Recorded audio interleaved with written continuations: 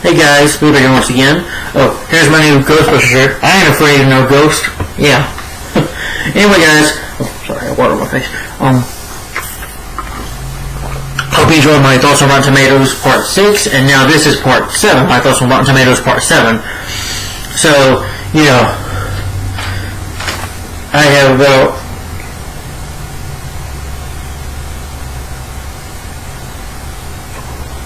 13 films here, 13, so it's a little shorter than the last one, but, yeah, I can't promise this video won't be long, because you know me, I talk, but anyway, welcome back to Part 7.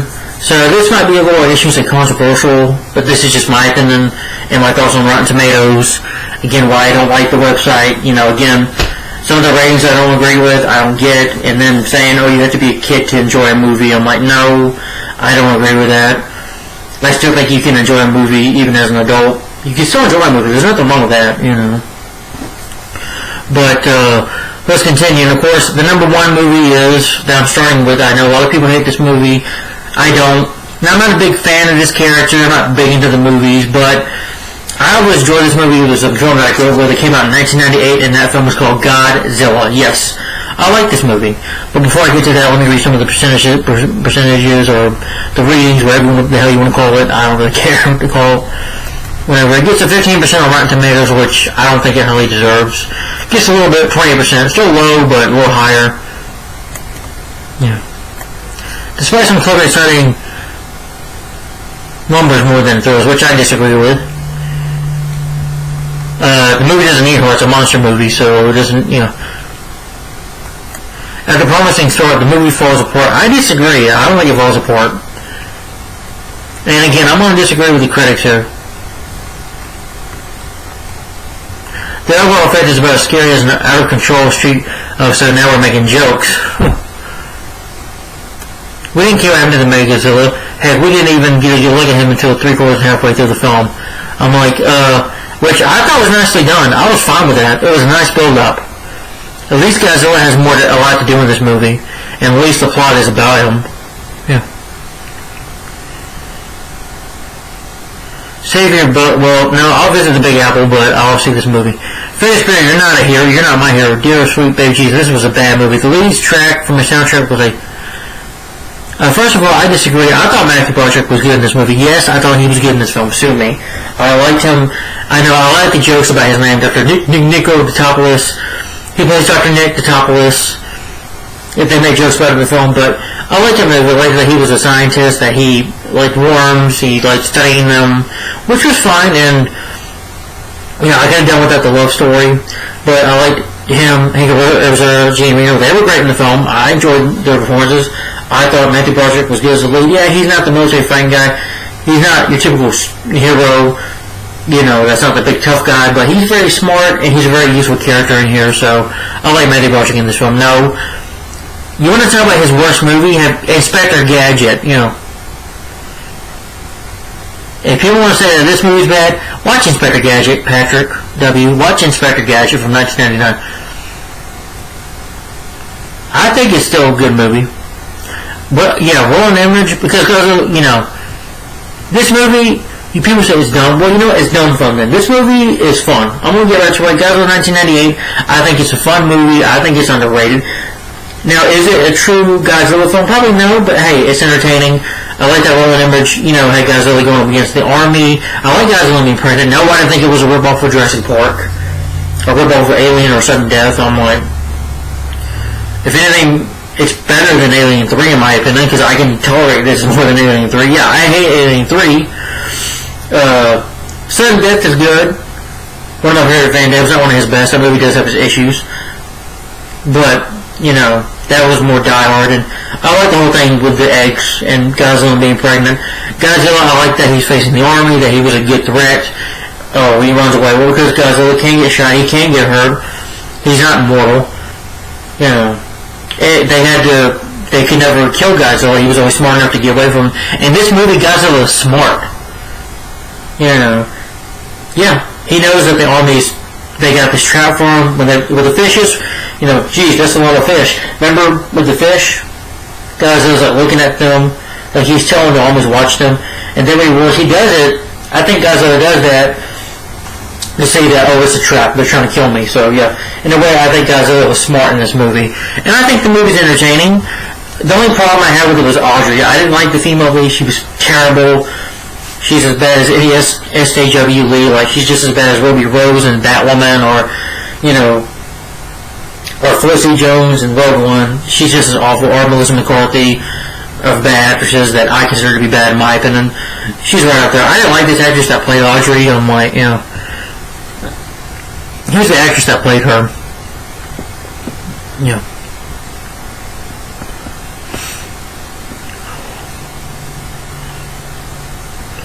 And I also like Kevin Dunn in the movie. But anyway, I would say that Vicki Lewis was definitely better. She would have been better with. Okay, Maria Batilto. I'm sorry, I didn't like her in this film. I thought her character was just very annoying and a bitch for what she did to Matthew Broderick. You know, even though he was dumb enough to leave the security tape around, that was dumb, I'll admit. But, you know, she betraying him like that and then falling in love, I'm like, I didn't care about that. The love story was cliche, and I could have done with that. That was my only issue. The love story and her taking the tape, you know, to prove that, you know, the Army knows that Godzilla is real, that he's pregnant, that they've been hiding it. But Roland Edwards and Dean Devlin, what I like about them is they know how to make an entertaining film. I love Universal Soldier. I love Independence Day. I don't love Godzilla and me. To me, they just know how to make, it's a fun popcorn entertaining flick. It's not perfect, but guess what? It's still a lot of fun to watch. And no, I don't consider it a guilty pleasure. I'm like, I would consider bad movies a guilty pleasure, and I don't think this movie's bad, in my opinion. I've seen a lot worse, you know. But Godzilla 98, to me, Godzilla 1998 is underrated. Or Godzilla 98, okay. But I think it's an underrated movie, but that's just my personal opinion. No, people will disagree with me, but don't attack, hey, in the comments, don't attack me. Remember, this is my video, my opinion, so, you know, don't attack me for it. Alright, next we'll get to Godzilla 2014, which I know some people feel about this movie, but I feel differently about it. I know some of my friends, like my two good friends I know, and some of the good people I'm friends on Facebook probably like this movie. 76, oh, but anyway, Godzilla 98. Wait, no. Yes, a 15%, no. In my opinion, I think it deserves, you know what? No, not a 15%. Or 20. I think it deserves a 58%. Yeah, I would give it a 58%. Call me crazy. I don't give a damn. I think it deserves it. I think, like I said, I think it's a fun, popcorn, entertaining flick. Yeah. Godzilla, he has cool breathe, you know, the cool fire that comes out of his mouth in the movie. And I like the chase scene toward the end of the film. And with the babies and stuff, that was definitely kept the intensity up. And it was a fun movie. I thought Godzilla was one movie. I'd give it a 58%. But not the highest rating ever, because again, when that one issue, the love story that was not needed, you know, and her, you know, like I was taking the tape, which I don't like her for doing that, Archie for doing that, and the most annoying character in the movie that I couldn't stand. So, you know, but 58%, I think it deserves, you know, 15%, no, I don't think it deserves it, but that's just my opinion. I don't care what people call me. Godzilla 2014, I'll be right honest, I hated that film. I saw Godzilla King of Monsters. I didn't like it. I didn't hate it as much as the 2014 film. You had a decent lead, and but the story, the lady that was trying to, whatever she was doing, the family drama I didn't care about. You know, and Godzilla gets his ass handed to him, and Godzilla King of Monsters. King of the Monsters my ass. Godzilla gets knocked down too many times. Like in this movie. Godzilla is barely in this film. Godzilla, yeah, before I start ranting, I don't understand the praise for this movie, but that's just me. Every time Edwards Godzilla roars up, you sit in with excitement. Every time he roars, Edwards wants you to feel it, and it wins. I'm like, no, David. All Gareth Edwards does is bore the hell out of me. There's something about heartening the fact that Warner Brothers was prepared to handle with his reigns. A bit of a mess. No, I say a bigger mess.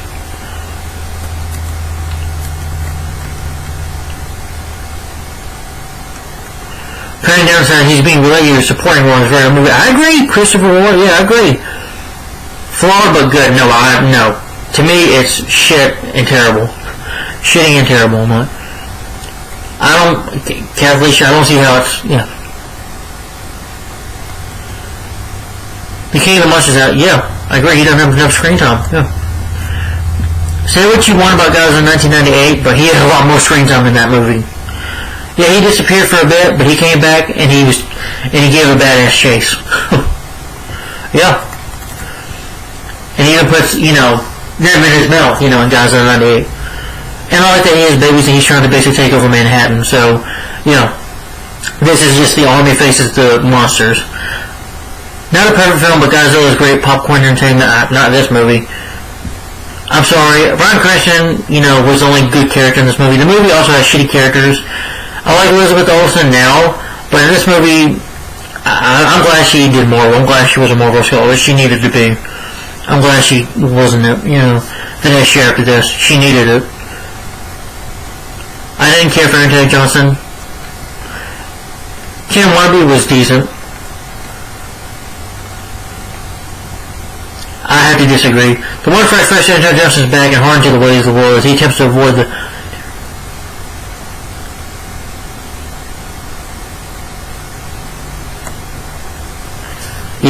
again, too much family drama added in this movie. Not a complete waste of time. This movie is not worth my time. But Godzilla 2014, 76% my ass. Me, I'm going to give it lower. I'll give it a 15%. Well, you know what now? I would give it a 5%. Yeah.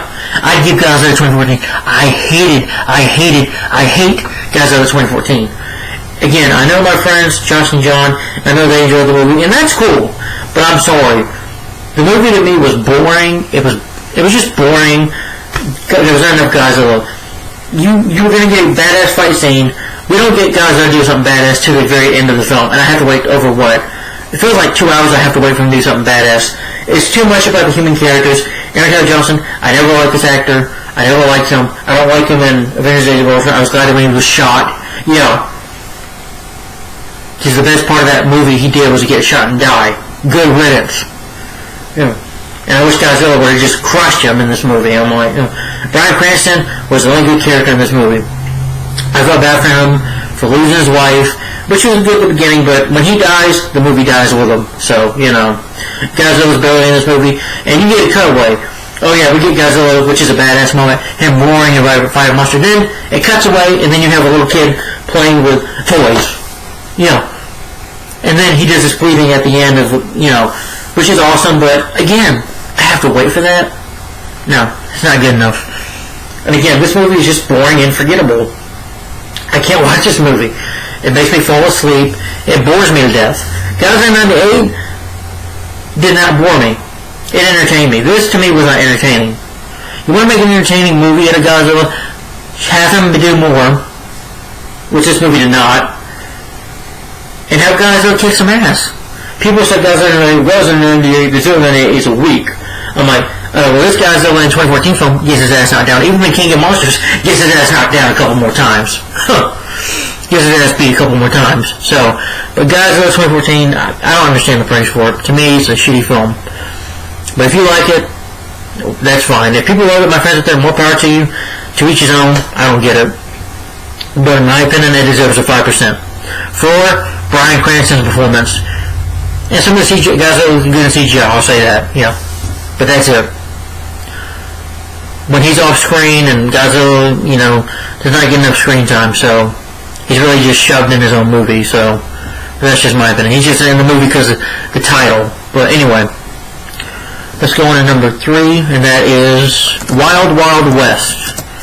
Yes, the 1990 film starring Will Smith and Kevin Kline and starring Kenneth Branagh. This one because it's 17% and 28% from audience score. Wild West, that was a movie I did grow up with, but over time, I will admit now, I don't think it is a very good movie. But I'll get to that later. Well, I said, it is a movie that I did have on VHS when I was a kid. I'm not going to say it's Will Smith's worst movie, no. I'll still say that's After Earth. Or I'm a Legend. I'm a Legend I was not a fan of, but that's just me. The movie's exhausting, a little bit out feeling pointless, so Smith looks great in a Western outfit. Yeah, I agree.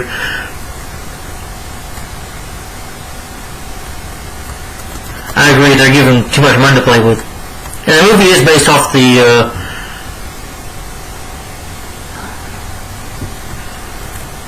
it's based off a show, live action show that I think it was in the 60s. So I don't know. I've never seen the show, so I don't know. Can a comedy costing something more than $100 million hope to succeed in base of special effects, cross-dressing, and very challenging villain?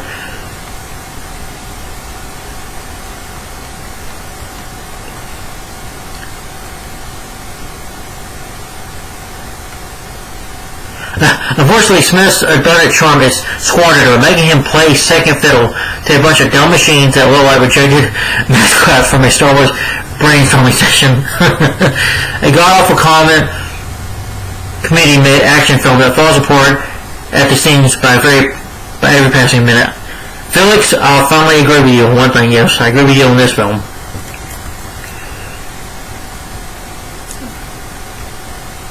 As Ebert said, this all comes down to Will Smith is just playing the Fresh Prince on the West. I agree. Clean Brown do what they can to say this thing, but it's not enough. Yeah, Kevin Kline's performance is awkward in here. So is, Luke's film of Wild West is pure crap. I agree.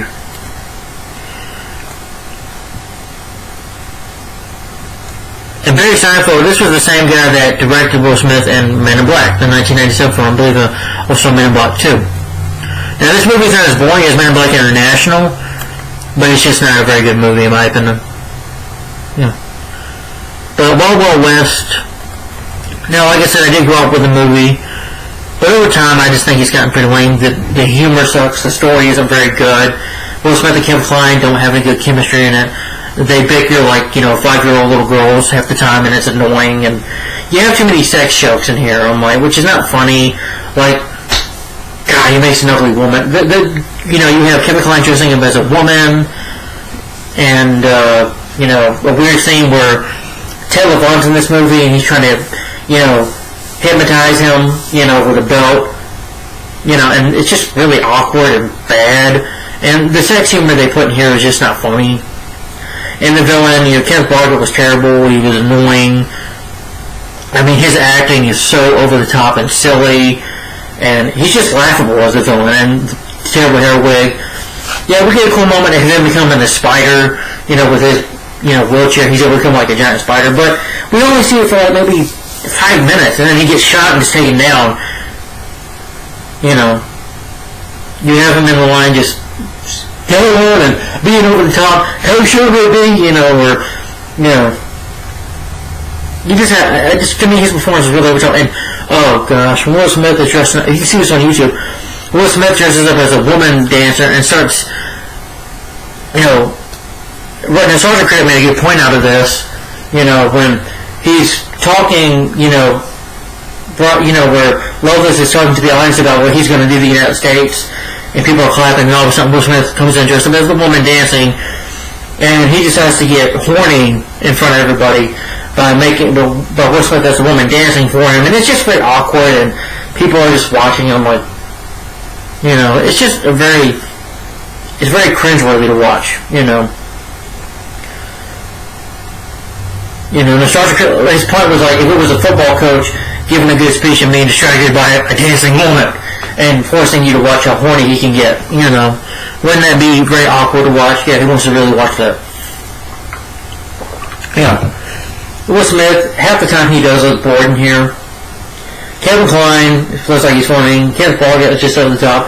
So I just leave her. I'm like, this movie just shows based that she's hot and everything. I'm like, And her character's a bitch, basically, at the end of the movie saying, I forget to tell you two, but I'm married. I'm like, you have a love triangle there, but then she's married. I'm like, really? She could have told them this the whole time. Tramp. Well, but it does have some decent action. When the action is there, I do enjoy the action when it's there. And the CGI spider, giant spider is pretty cool. The CGI is pretty good. And I like the music score. And I like the theme song, by Will Smith. To me, it's better than the movie itself, To me, that's what the real Wild Wild West is, that music video. That's what it should have been. Will Smith could have made a lot of money by doing that music video. Because he has done music videos like for Men in Black. He did the two for Men in Black 1 and 2. He comes in Men in Black and, the black suits coming, which are cool songs. And I like Wild West songs better than the movie. But I will say After Earth is his worst movie, even Suicide Squad. I like him in Suicide Squad, but that's another worst movie he was in. So, you know, at least Wild West has some things I can tolerate in it. Will Smith at times I feel like he looks bored, but then he's trying. He tries. You know. But After Earth, he just looks completely bored. And I Am a Legend, I just thought was boring, so I could watch those, or I could still, you know, watch some of this movie over that, but this movie's just not very good in my opinion. It doesn't deserve that 17%.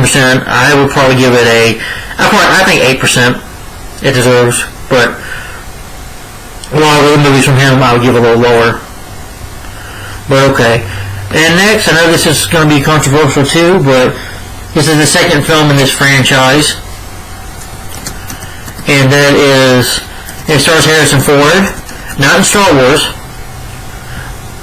And this is my least favorite of the franchise, and that is Indiana Jones and the Temple of Doom. Sorry. Yeah, sorry. Indiana Jones and the Temple of Doom. Yeah, which is my least favorite. I know it's unpopular. I know a lot of people hate King of Crystal Skulls, but I prefer King of Crystal Skulls to be better and more entertaining than this. But anyway, yeah, the film it's the second Indiana Jones film, but it is a prequel. It gets an 84% on Rotten Tomatoes, fresh, and audience score 81%. I don't think it deserves that, but that's just my opinion. Spielberg has come up with another rousing piece of entertainment.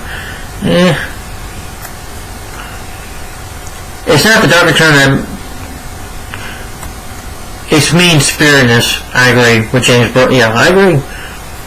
But the dark tone does not fit the movie, in my opinion.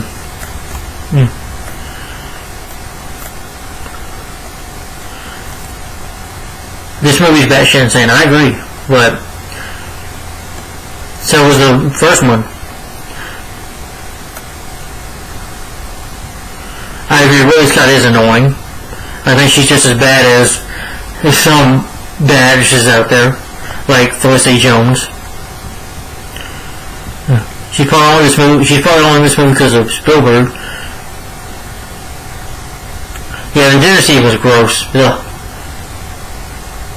Indiana Jones and Temple of Doom, fun, thrilling, and has the stuff we know. It does have some of those moments. Fans might be put off by the dark tone goofiness, which I was put off of.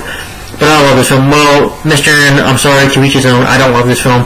The dark tone just does not fit the movie well. In the movie, it's not that interesting. It doesn't feel like an Indiana Jones film. That's the problem with it.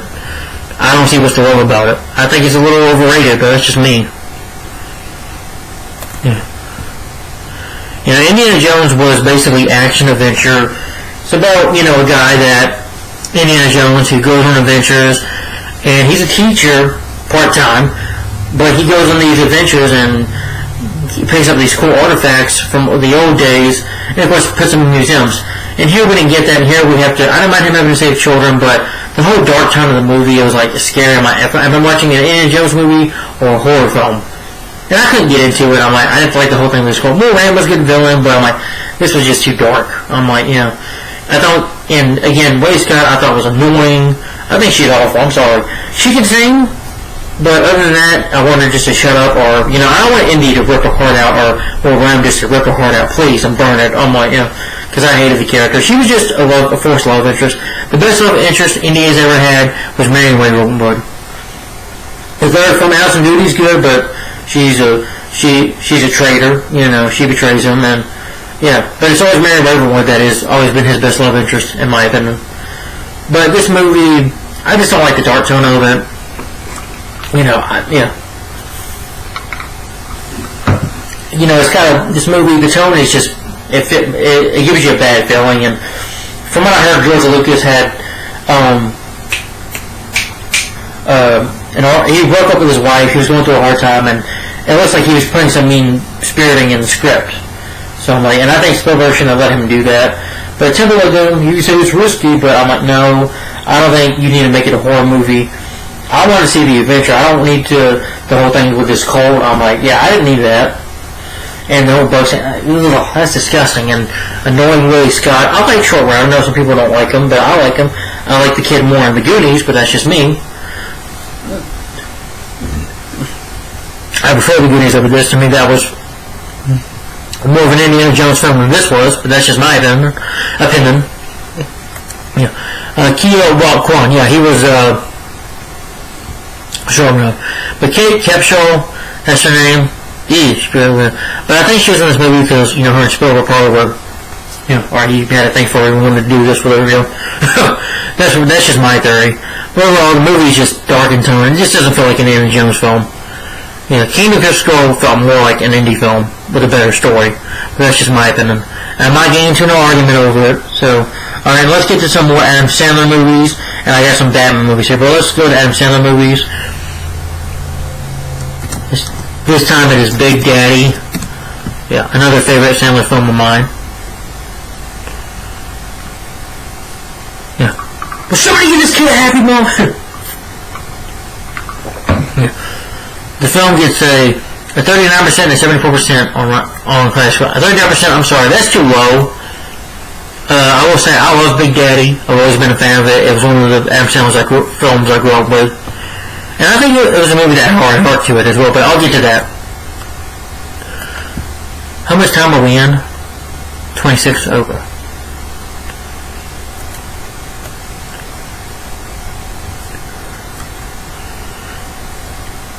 Funny, sweet, understand? Not bleach sweet.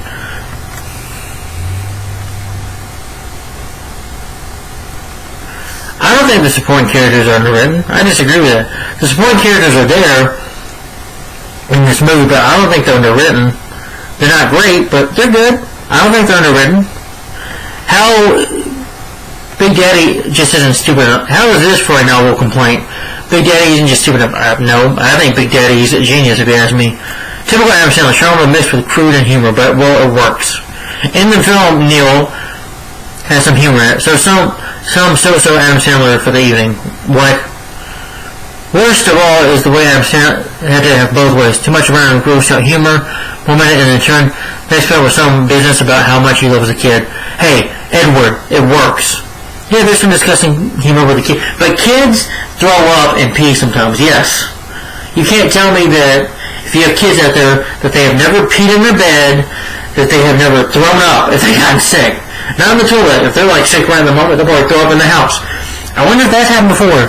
Edward, you probably have no children, But the movie has heart to it. That's the heart of the story, is that Sandler, and this kid, he becomes like a father figure to this kid. But we'll get into that a little later. Ending is predictable, goofy, but Sandler's, I don't think the ending is predictable. Because I really thought that he was going to be his daddy in the movie. Charming with a few little funny jokes here and there, but Big Daddy cannot sustain on his own with the negative themes. I disagree. I think it does stand on its own. What can you say about Adam Sandler? He's funny, providing entertaining content. I'm talking about the 90s Adam Sandler. Adam Sandler, that is just, shit. Well, I kind of do agree with that half the time. Because Adam Sandler now doesn't really care too much, but back in the 90s, oh yeah, he gave it to him. I think Big Daddy has the most heart and tends to be the most level-headed. It's hard to Sandler in the right place.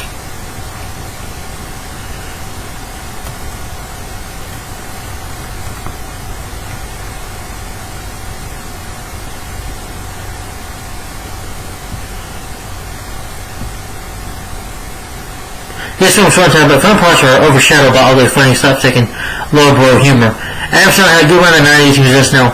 He made some funny movies, but this film marks the beginning of when this film starts to become dumb and unwatchable. No, Tyler, it doesn't. I would say that it starts with Little Nicky, which came out the next year in 2000. Yeah. Not that bad. Big Daddy's about Sonny.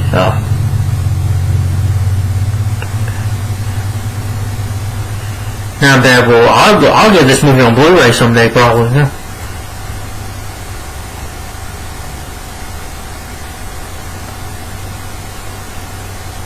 I think the movie is not dumb and unwatchable. I think the movie was funny. I thought Big Daddy was funny. I didn't think it was unwatchable. I think it is a watchable movie. I think it's a movie anybody should watch. If you love comedies, you love Adam Sandler, yeah, definitely watch it. And they want to say that it's not that bad or Adam Sandler was shit. I'm like, well, first of all, he started out being shit, Tyler. If you've seen the if you've seen Going Overboard, if you've seen that, you'll be wanting to watch Big Daddy, trust me, over this. But it seems like Rotten Tomatoes liked it. And again, I don't get the audience's score. Some of them liked it, and some of them hated it. Right? They give it a 74%, but some of them, like that guy, hate the movie. So I'm guessing they don't like it. 39%. Rotten Tomatoes was mixed on it, so that's what I'm saying. That's a mixed bag from them. But total count 94. 74% I might know for my score. And yeah, some of them don't like the movie. Okay. Maybe there's more to read, but I don't read more. But I don't want to. Because it still doesn't make sense to me. But the movie does not deserve 39%. It's too low. I think it deserves, I'm going to say a 90%. Or nearly a 98 or 99%. Yeah, I would give it a 99%. I'd give Big Daddy a 99%. I would. I think it deserves that.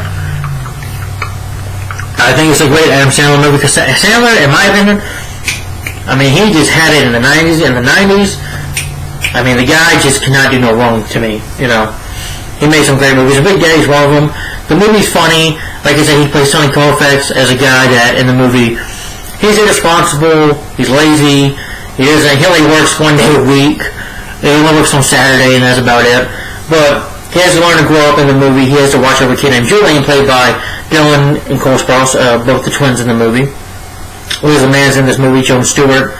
Liz Man was also in Funny People with Sandler. But, yeah, again, Adam Sandler, the movie had heart to it. You can see that him and his kid, he keeps becoming like his... he treats the kid like he almost becomes like his son. And they have that father-son relationship in Big Daddy. And it's cool to see that. When Julie was taken away in the whole courtroom. The movie does have its good dramatic moments, too. And Sandler can be dramatic. He does a very good job at that. He proved it in this movie. I think, with this movie, this was probably the first movie that I consider where he can show off some of his acting chops, where he can be dramatic. He can be it. When Julian walks away and he starts crying, I bought it, I can buy Sandler, being sad, but Big Daddy, I didn't like the whole friends being gay and guys kissing. Okay, I'm not into that. That's just me. It was Alan Covert and another friend of ours there. They play two gay guys who you see them kiss a few times in the movie and mention gay stuff. I didn't care about that. That was my one big issue with it. I'm sorry. If people like that, really, that's fine. But I don't want to see it in the movie. I'm not into seeing guys kissing and talking about, gay stuff or how Brad Pitt has a great body. Again, I don't want to hear that. I couldn't do without that. But other than that, it deserves a 99%, I think, on Rotten Tomatoes. So, again, they just screw good movies over like that. Alright, and the next one is, of course, the next Adam Sandler movie is 51st Dates. The 2004 film. Again, starring their second couple. I'm just looking at the funny picture. The second collaboration between Adam Sandler and Drew Barrymore. It gets a 45% on Rotten Tomatoes, 65%. 45%, again, that's just...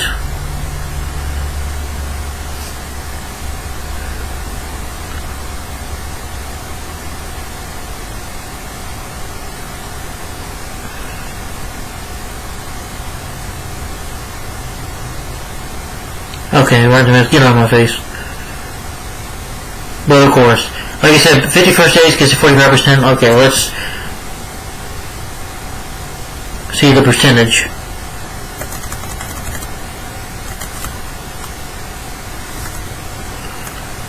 Hollywood age group is self-centered entertainment is aimed at hard. Stupid, coarse, and utterly unfunny. I'm like, Rex Reed, I disagree with that. Again, have you seen Rex Reed? Have you seen Going Overboard? Yeah. Stupid, coarse, and unfunny. I'm like, I disagree with that. Maybe, I don't know if you're just saying... This is my problem, another problem. Are people just saying this stuff just to make money? Do they get paid for being on Rotten Tomatoes or something? He's just like, stupid and unfunny. And that's it. Maybe give a little more reason for your opinion. But if you're just doing it just to get popular or whatever, I'm like, just to, shit on Adam Sandler because it's popular, it's the cool thing to do. That's another issue or thing I have with it. I'm not reading another one from Richard Roper.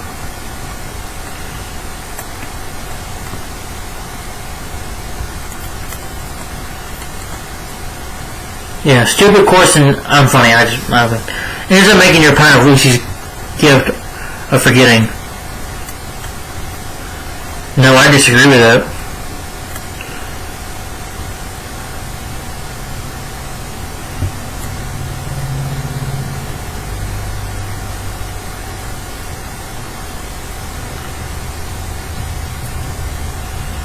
It's funny and wholesome, but Drew Barrymore bringing a lot to the... I think it's one of his best movies. I think 51st is one of his best films. I like it more than The Wedding Singer, but that's just me. But yeah.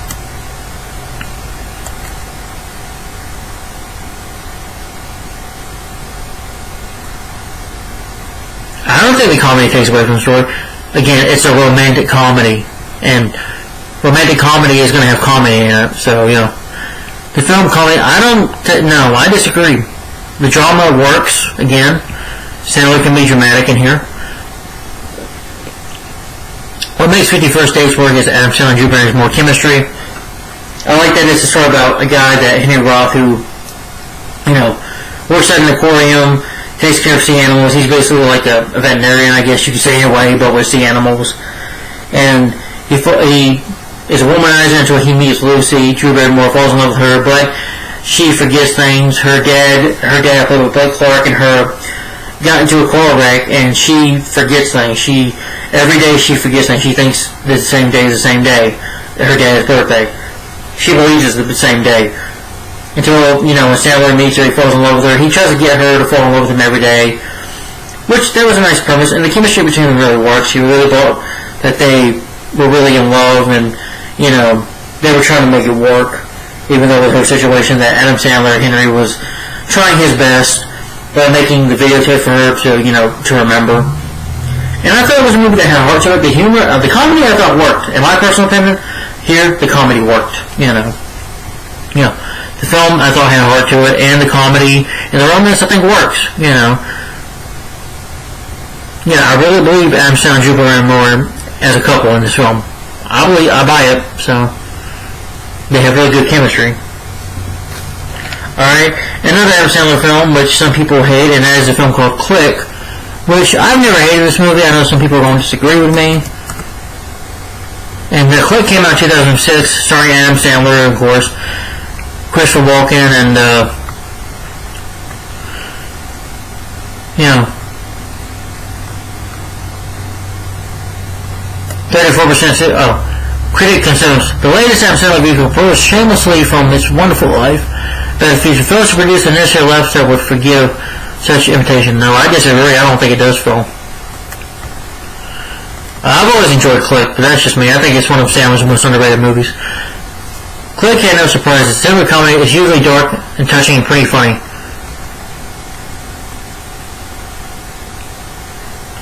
When the DVD comes out, I'm going to buy it and fast forward through the whole thing. You know what? I'm for vengeance for you against Paul. I'm going to now read your comment.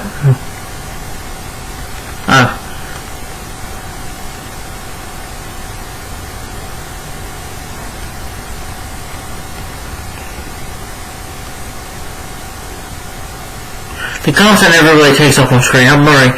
However, the only way such poorly uplifting cinema can work if it's only filled some way for the characters and situations.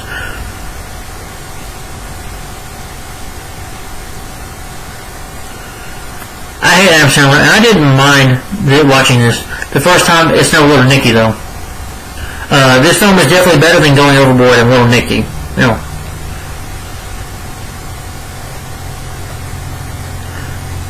Again, I'm being, yeah. I guess some people don't like it. I guess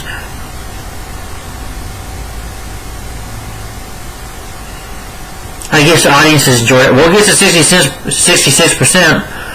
from Click. Click gets a 66%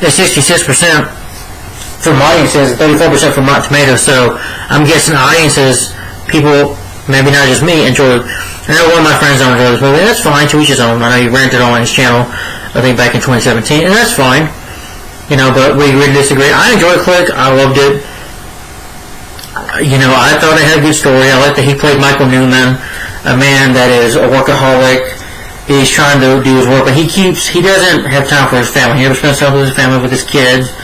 And basically he misses out on a lot. But until, you know, he gets this remote control that has the power to do things. Now, I know people complain about being a dream. I was fine with the movie being a dream. It was kind of like a Wizard of Oz type dream, and it was fine.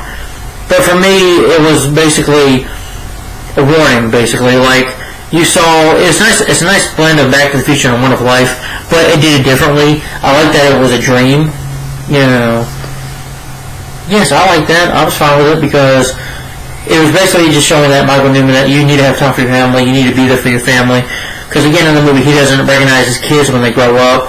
He gets divorced from his wife, and he dies at a young age because of his health, you know.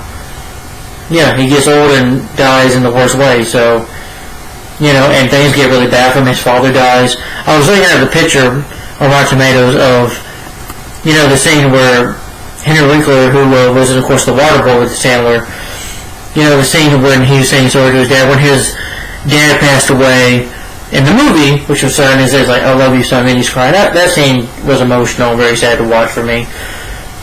I don't have a dad, but, you know, I had a grandfather that passed away when I was a kid, and, you know, it still hurts, you know, when your grandparents die when you're young, yeah, it still hurts, trust me. You know, but, you know, when he was meeting his dad for the last time, so sometimes be careful what you say to somebody, if you say something mean to your relative or anybody, because what if they die? Then you have to live to regret that. But I think the movie is just about kind of always be there for your family, you know, always have time for your family. Your family is important. Family matters. That's what this movie, I think, that's what the message kind of was for me. But I liked it. I enjoyed it. I thought the humor was funny. The only thing I didn't find funny was Adam Sandler farting and David Hasselhoff's face. I like David Hasselhoff in the movie. He was funny, but, you know, him, you know, Adam Sandler farting in his face, I'm like, I was annoyed by that. I'm like, you know, really, it's more poop humor, which is ridiculous, you know, poop joke. I'm like, but still, the movie's still better than Going Overboard. I keep saying that. Yeah. Alright.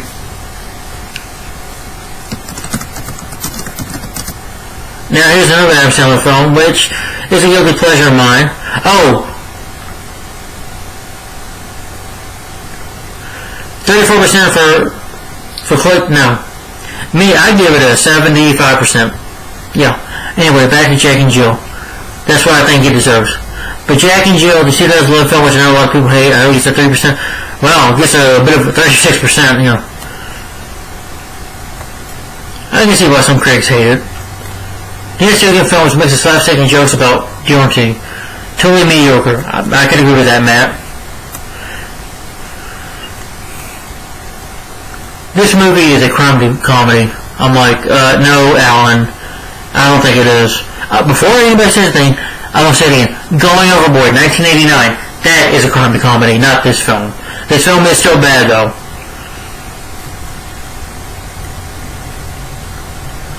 Save your money.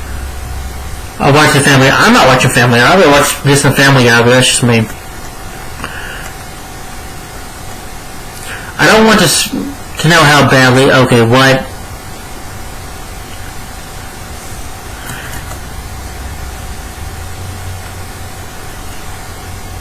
I agree. But one thing I don't get, you know,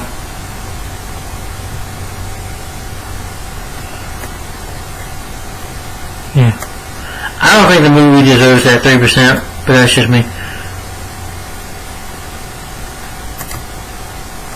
Apparently, Nate, you haven't seen Going Overboard. Now, I want to say this again, people.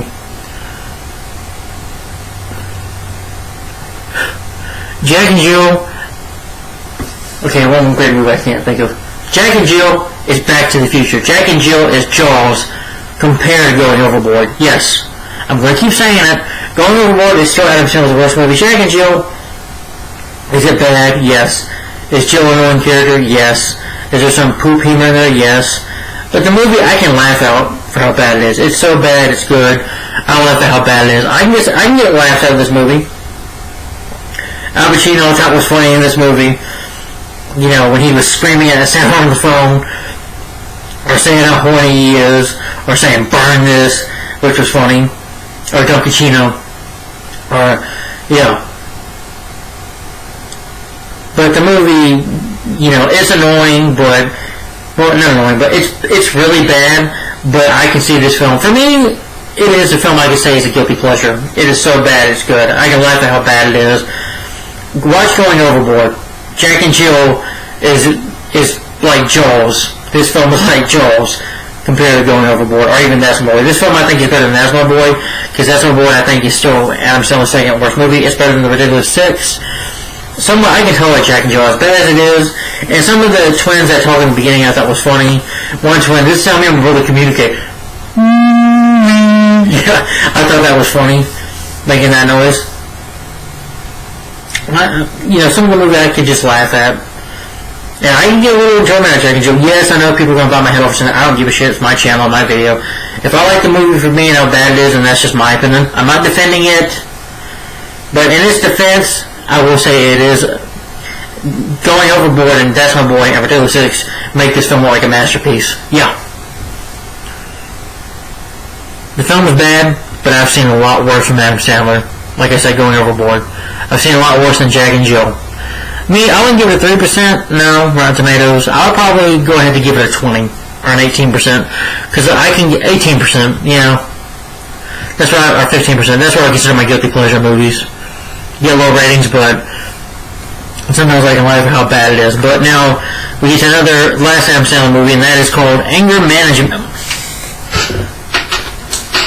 Damn, paper fell.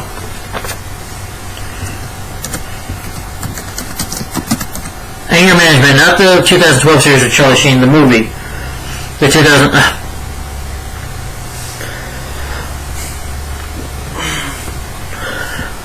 Yeah.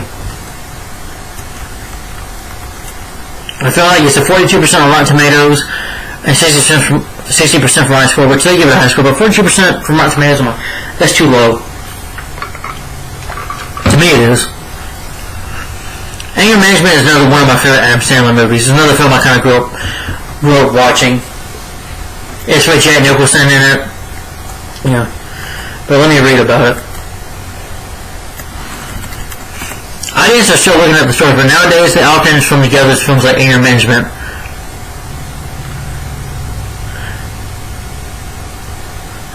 Unless you're 15 at heart, you may need an anger management yourself after seeing through the Ghostly Chris comedy. No, David, I think you need help. Anger management yourself, because apparently this movie pissed you off. No, I'm not 15 at heart. Do I consider myself sometimes a child at heart? Yeah, but there's nothing wrong with that. 15 at heart. I'm like, really? So just because I love anger management, you call me childish? I have to say you're childish. David, that David guy. What gets to me is people saying, you're 15 at heart. Well, motherfucker, I'm 27 and I love the movie. I love anger management. I've always enjoyed the film. Maybe one little complaint I can say about it. Doesn't make much sense, and yes,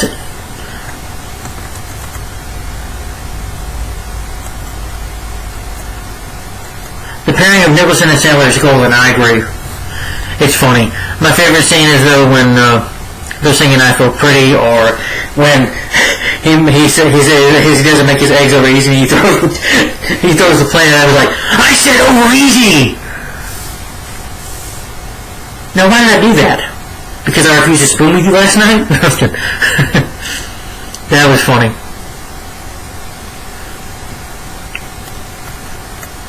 Anger Management is the kind of film you can safely catch much later on television if you have nothing better to watch. Well, it's another film I would, I'd watch on TV. I'd watch it anywhere.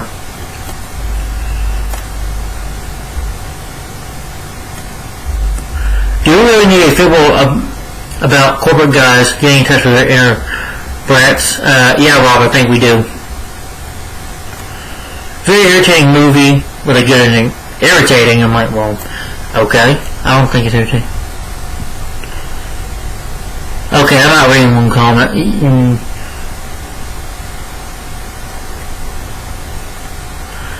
Anger Management is still bored up. Hope it doesn't strike a chord. The film has its moments, especially from the... No, I think this one has a lot of moments. I don't think it stumbles from anything. I think it's... Like I said, I think it's one of... I think Anger Management is another one of Adam Sandler's best films. I think in the 2000s, including Little Nicky, excluding Little Nicky, he has some great movies like I Love Mr. Deeds, I love 8 Crazy Nights. Yeah, I think those are some of Sandler's best films, in my opinion, including this one.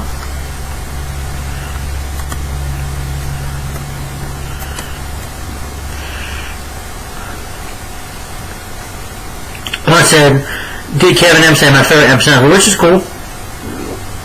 It's not my favorite one, but it definitely will be. I didn't like Woody Harrelson as the transvestite, as the woman, which Galaxia, which is a little funny, but kind of annoying, weird at the same time. But I thought the movie was funny, and a good story to it about a guy. Again, it's about a guy. Adam Sandler plays Dave Busnick, who's a guy that, you know, people pick on him all his life, walk all over him. He lets people walk all over him, and he gets accused of assaulting a flight attendant, but he really doesn't, which is really funny. But that, you know, the movie works, you know, for its time. You know, I think it works, and it's just about a guy learning to speak up for himself, just stand up for himself, and that's what I liked about this movie. But Anger Management was funny. Jack Nicholson was great. He was so funny here, and he really stole the show, in my opinion. I still like Sandler here, but Jack Nicholson was hilarious, and I like the rest of the cast too. Some of Sandler's friends, they were funny in this movie. And during the making of the movie, you can also play a little anger management test of how you should control your anger. And I passed it, by the way, finally. So, the anger management, 42%. I would give it 80%. At 80%. I think 80% deserves 85 at least. 85% from me. Yes. I think it deserves that. I'm not saying that, guys, because I'm angry. I'm saying that because I think that's just me. Alright, now we're getting into the Batman stuff.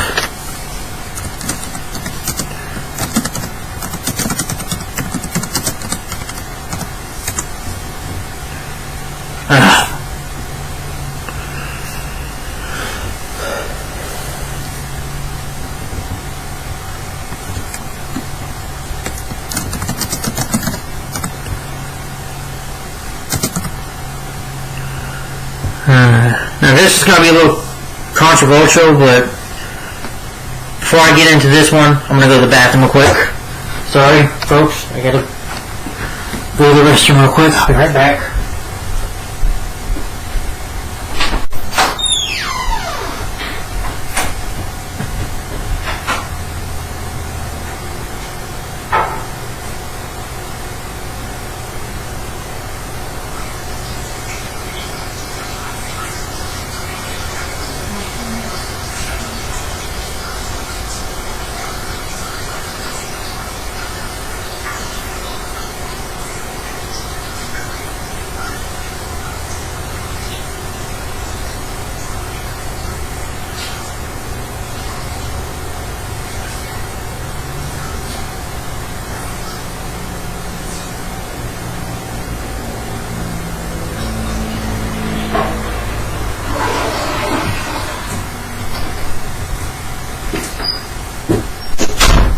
Alright, I'm back, guys.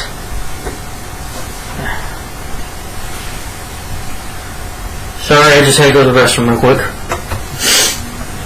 Alright, but anyway, we're almost done here. We got 4 more movies to go. We're almost done. And this time I'm talking about The Dark Knight, 2008. Now, I don't hate this movie. I never hated The Dark Knight. I know, I'm not going to don't give me any death threats over this movie. Don't attack me. Because, you know, I know there are the Dark Knight fanboys out there that get offensive about this movie. But it's just a movie. And that is The Dark Knight I'm talking about. And I think the film is okay, in my opinion, but I do think it's overrated.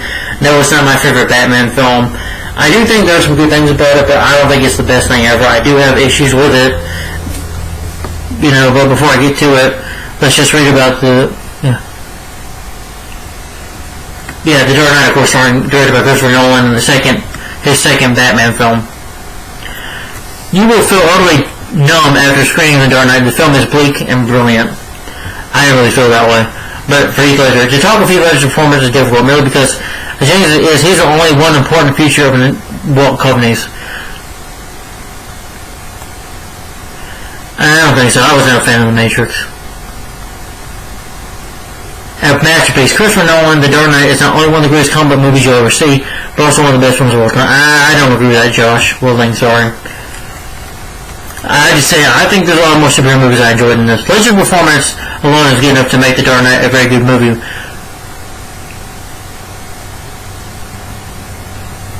Well, yeah.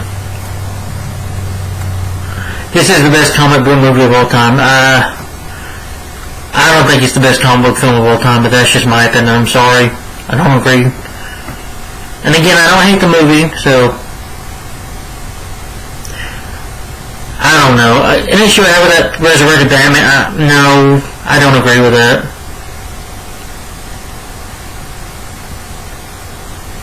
Yeah, I don't agree with that. But I want to talk about The Dark Knight. Now, again, the movie I think is okay at best. I don't think it, to me, okay. I understand what they were trying to do after with Batman and Robin. We like Batman and Robin. I still don't think this is what Batman should have been. Batman is still a comic book character. I don't like the realistic version of it. Well, my issue is I don't think, to me, in these films, one problem I have with Batman, especially Dark Knight Rises, which is the only one I do hate, which I probably did mention this before, but The Dark Knight Rises I hate because, well, my issue with these films is Batman himself. Again, Christian Bale does a good job as Bruce Wayne, but as Batman, I don't like him. I think he's annoying. I hate the voice is stupid. He's not intimidating. He doesn't, in my opinion, the voice, he doesn't have a presence. And half the time he gets his ass kicked. In Batman Begins, he gets burned by Scarecrow.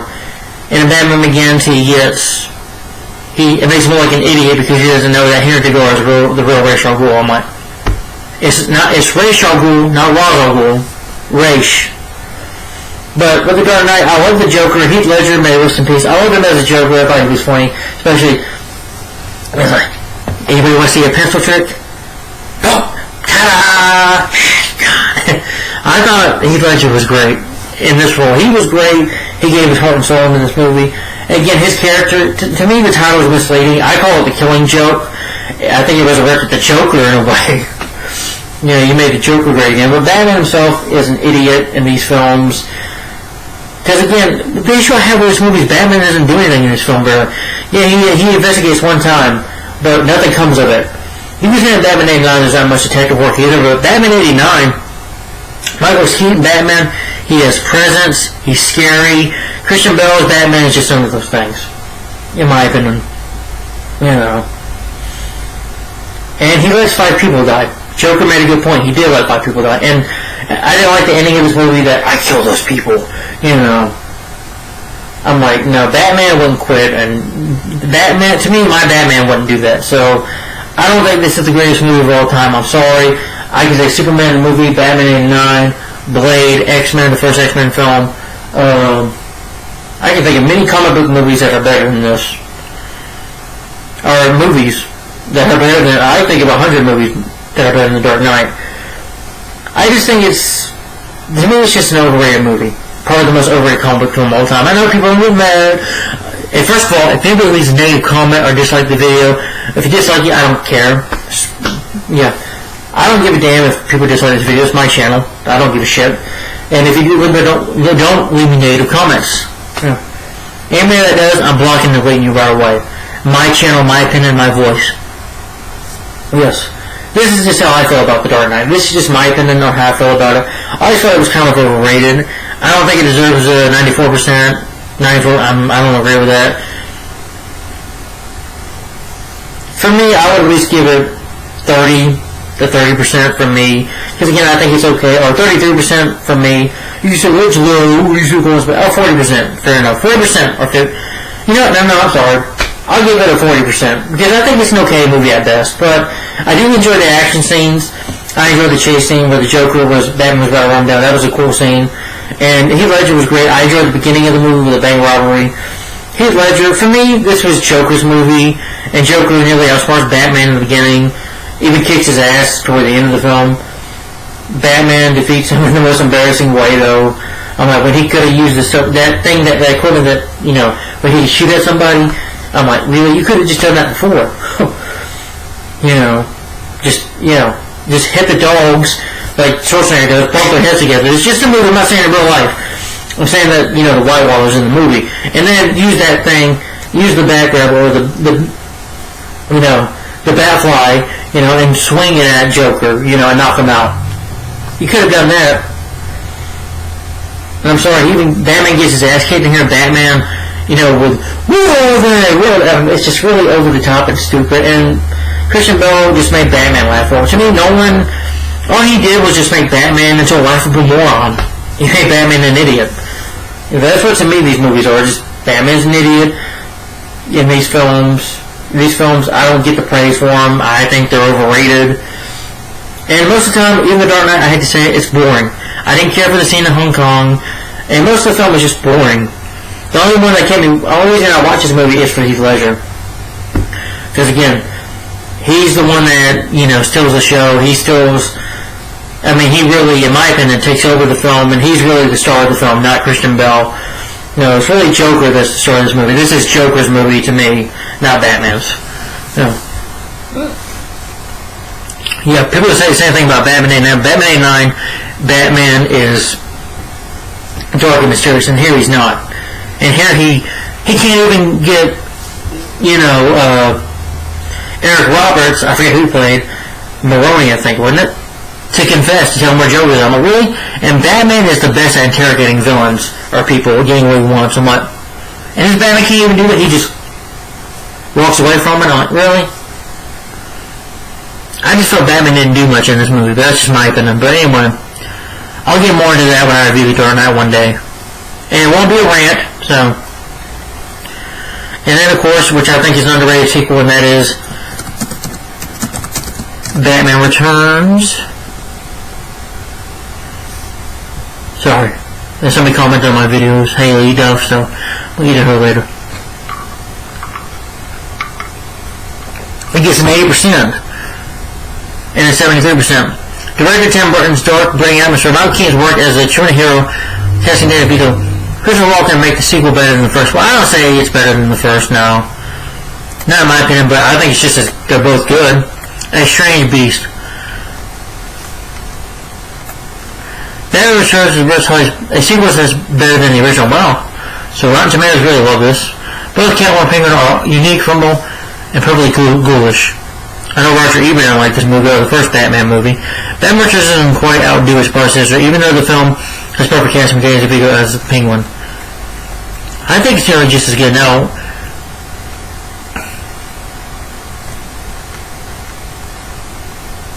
Batman Returns is slightly better than the first movie. Wow. So I guess a lot of them like this film.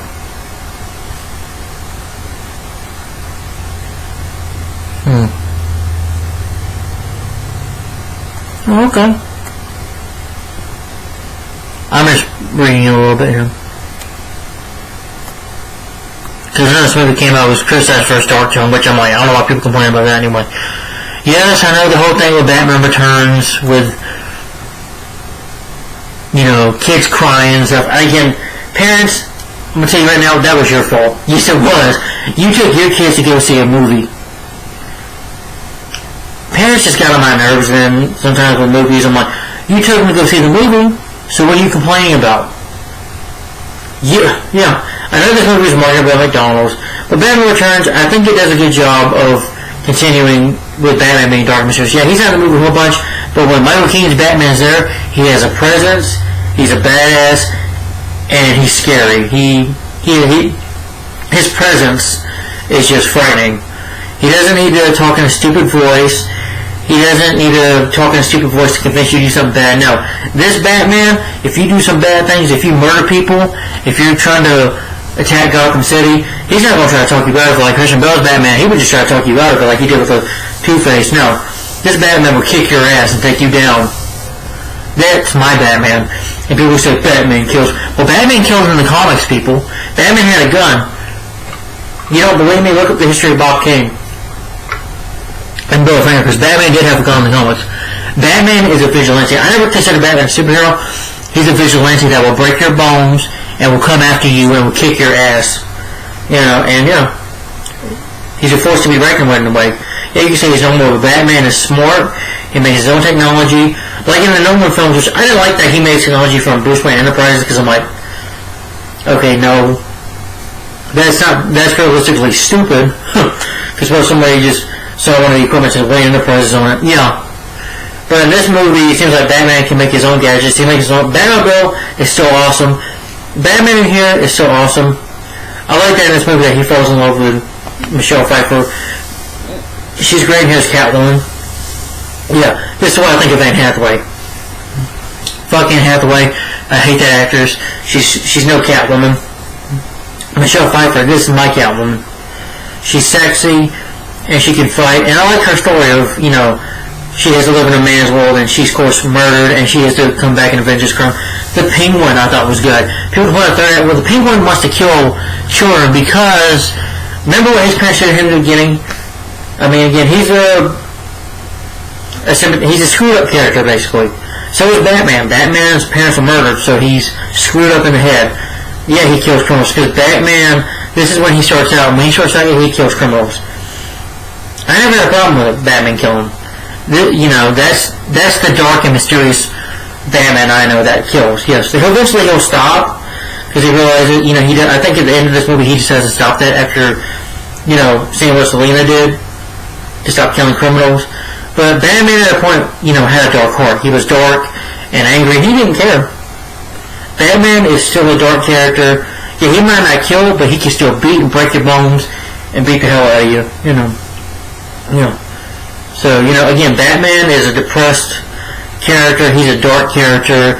And Bruce Wayne is a guy that his parents were killed in front of him at 8 years old. He was 8 years old, his parents were shot in front of him. And he screwed up because of it. So, psychologically screwed up. So, people complaining and saying, oh, what was Batman killed? Look at the death of his parents. Do you think he would turn out, skipping when the sun shines and the roses, skipping and being happy-dappy all the time? No, he's a depressed character. He's a guy that, just wants to be alone, just doesn't want to be next to anybody, He's a depressed character, and Tim Burton did a great job. To me, this is the true Batman over the Dark Knight trilogy, and I'll keep saying it. Call me all for it. First of all, I didn't grow up with this movie. I think I saw this movie when I was 14 or 15 years old. I was a teenager when I saw this movie, so no, I wasn't a little kid when I saw Batman or Batman Returns. I was teenagers when I watched them. And I love both movies. To me, they're both great films. I love Batman Forever. Batman and Robin, I like, but I can see why some people don't like it, but I don't think it's the worst thing ever, in my opinion. I've seen a lot worse movies. But, yeah, that's Batman Returns. To me, one of those underrated was 80%. In my opinion, this definitely deserves at least a 90%. And Batman 89, I think, deserves a 94% over the Dark Knight. Dark Knight could have an 80% or 60, but, Batman Returns, I think, deserves more. But that's just my opinion. Alright, guys. 2 more movies left for this part.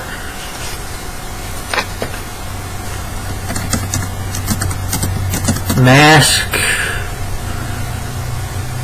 So let me get to it. Okay, Mask of the Phantasm. I don't know the picture, but it gets an 84% and an 80% on Rotten Tomatoes. One thing I like about that rating, it deserves to be more higher up than Dark Knight. To me, this film, I'm not trying to pick on one so much, but Batman Mask of the Phantasm, which came out in 1993.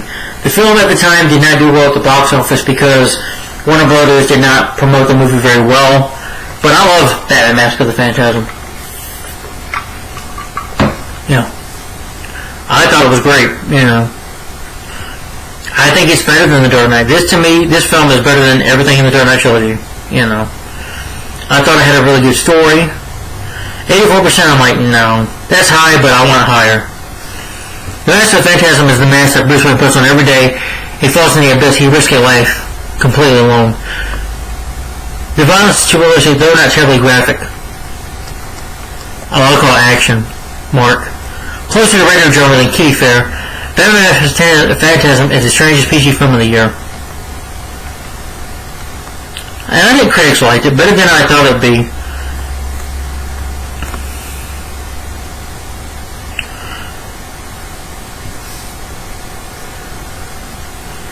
Yep, I do agree with that, Barely W. Why Batman is the best superhero around. I agree, he is. But not too much negativity in this movie. It seems like Rotten Tomatoes loves this. It's a Batman movie actually about Batman. Imagine that. Well, first of all, Tim Burton's version was different, and the one thing I'll defend about that, it was about Batman, but it's about him that he's dark and mysterious and that he likes to remain in the shadows, which I think Tim Burton did a good job of that. This movie, though, the animation is different. I can say the same thing about the Dark Knight trilogy. Well, Batman Begins is about Batman, but Dark Knight, Dark Rises, barely Batman in that movie. Batman in this movie, yeah, it's about him. It's about, of course, Phantasm is about, Mask of the Phantasm is about Batman's past. It's about him getting accused of murder, which is this creature called the Phantasm, like, Chucky Soul, your angel of death awaits, which is a creepy, yeah, that still gives me a creepy ass fear, that voice. Movie's on Netflix, I think, too. If you got Netflix, I think Mask of the Phantasm was on there. But, Mask of the Phantasm, Batman Mask of the Phantasm, I think, in my opinion, I would say it's the second best Batman film. Probably my favorite Batman film, or favorite Batman animated film is Mask of the Phantasm. I love this movie. And, of course, it has to do with Batman's past. We see that Batman was in love with Andrea Beaumont. I'm not going to say any spoilers for the movie until I review this movie one day, but we see that in this movie that he could have not been Batman, but, of course, it doesn't work out, the relationship, and, of course, he does become Batman. Mark Hamill is always good as the Joker. He's just fantastic in the role. I can't do the voice, but him as Joker, he was great. Yeah. I would say definitely he tops Heath Ledger. In my opinion, he's better than Heath Ledger. Even though I love Heath Ledger's Joker, but I would say I'll put Jack Nicholson and Mark Hamill above him. But that's just me. But they're all three great, though. They're better than Jared Leto, in my opinion. But Batman Mask of the Phantasm, great movie. I love the animation, I love the story. I think it's a great film, but I don't like that rating, though. 84%. Usually, but I think it deserves 100%. Yes. Fuck it. I don't care. I think Batman Mask of the Phantasm deserves 100%. I think it deserves a higher rating than the Dark Knight. I'm sorry. I think it's better than the Dark Knight trilogy. I think it has a better story than the Dark Knight, in my opinion, and it's more grounded in a story, and it does a better job of, with Bruce Wayne Batman. It does a better job with the character. But Mask of the Phantasm, I think, deserves a little more up there. I even think this film's so underrated at the time. I don't know if people love this movie out there. It seems like it. But 84% on Rotten Tomatoes, no. In my opinion, it deserves to be 100%. Yes, 100%. I think Toy Story has 100%. This film deserves that, too. In my personal opinion, it does. Because it's somebody that love Batman Mask of the Phantasm. But I'll review it one day. Alright, and of course one more, guys, which is Batman the Killing Joke, which came out in 2016. The funny thing is, I did get to see this film in theaters. Yeah. Which I wish they showed more of it. 40%, I don't think the movie deserves that badly.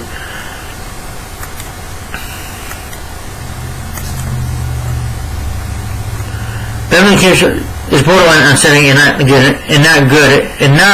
in a good way. I disagree with that. Writers didn't know what to do with Barlow back in 1998. They don't know now.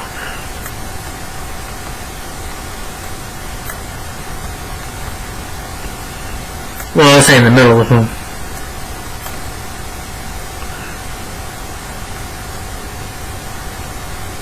I have read the book too. Yes.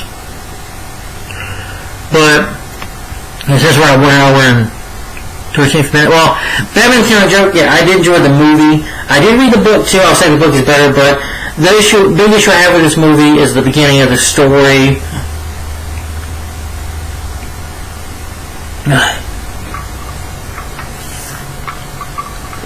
I had an issue with the beginning of the story.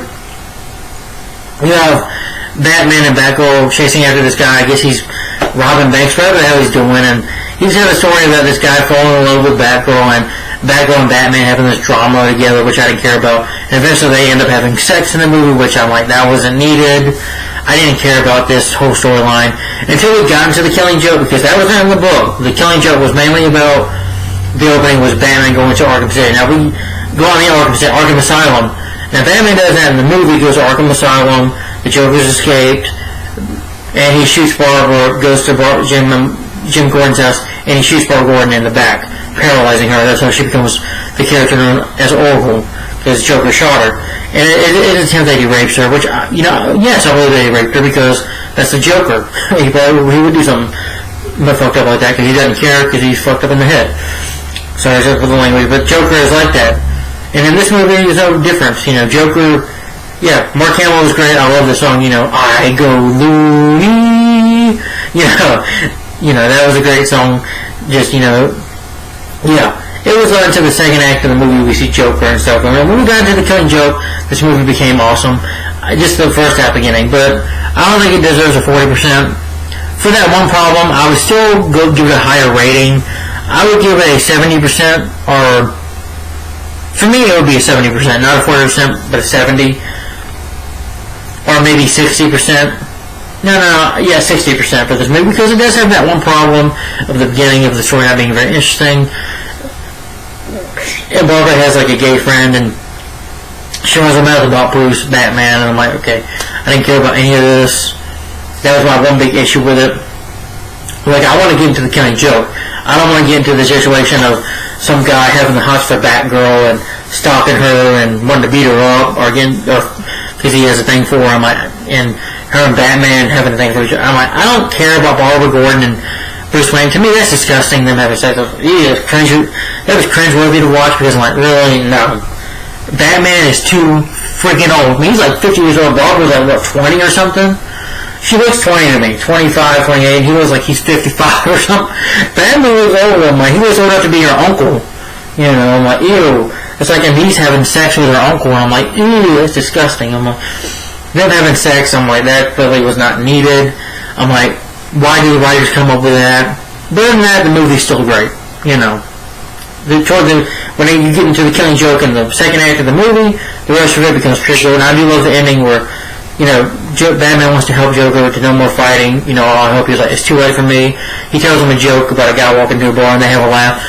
Which I know Rebel for Life said, that was out of place, but I disagree with that, because that was actually in the comic book. Yes, Batman the Killing Joke, which I like the comic book. I enjoy the comic book, and I wish this film, focused more on that in the beginning. And we do get the backstory of Joker and the pregnant wife, and, that he was a fellow stand-up comic, and that, in his white guys, he decides to go rob a bank to help rob Ace Chemicals, and they confront Batman. Of course, he falls in the chemicals and gets the face and becomes Joker, which was cool, but I wanted that from the whole movie, that's what it should have been, It just felt like they wanted to add this filler story in that we didn't need. But other than that, Batman Killing Joke was awesome. Alright guys, this is the end of part 7. So guys, I hope you enjoyed. Maybe I'll do part 8 what time is it? Damn. So it's 12:48. Yeah, maybe I'll do 2 more parts. I don't know. Oh, wait a minute, wait. Well, guys, anyway, that's the end for part 7. My thoughts on Rotten Tomatoes part 7. Maybe I'll do another part today, I don't know. But, guys, hope you like my Ghostbuster shirt. I have already no ghosts, but, guys, thanks for watching. Like, comment, and subscribe. And I'll see you in the next one. Thanks for watching. Bye-bye. Bye.